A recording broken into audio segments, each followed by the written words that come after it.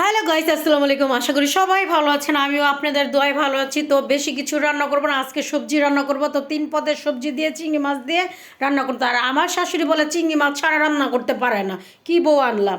কিন্তু দেখেন আমি যেভাবে রান্না শিখছি সেভাবে তো রান্নাটা করবো, ঠিক না? শাশুড়ির কাম শাশুড়ি বলতে থাকুক, আর আমার কাছে আমি করতে রইলাম। এই যে চিংড়ি মাছ দিয়ে সিম, ফুলকপি, আলু দিয়ে একটা সবজি নিরামিষ রান্না করবো। খুব সুন্দর একদম চিংড়ি মাছটা ভালো মতন আদা রসুনের সাথে ভাজা ভাজা করে নিছি। এত সুন্দর গ্রান বাড়িছে বলার বাইরে। তো এক এক করে সব মশলা দিয়ে ফেললাম, দিয়ে একদম ভালো মতন সবজিটা একদম কষাই নিব, কষানোর মধ্যে সিদ্ধ করে ফেলবো আর অল্প পানিতে দিব। এত সুন্দর একটা মজার সবজি হয়ে যাবে।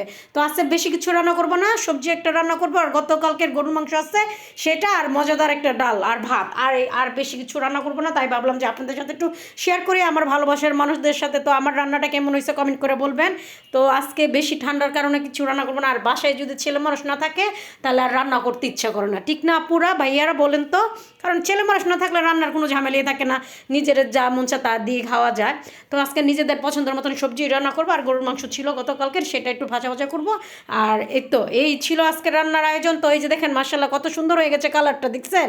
এভাবে রান্না করলে খুব সুন্দর লাগবে। আর আমার রান্না যদি ভালো লাগে তো লাইক শেয়ার সাবস্ক্রাইব করতে ভুলবেন না। তো আজকে এই পর্যন্ত বিদায় নিলাম, বাই বাই।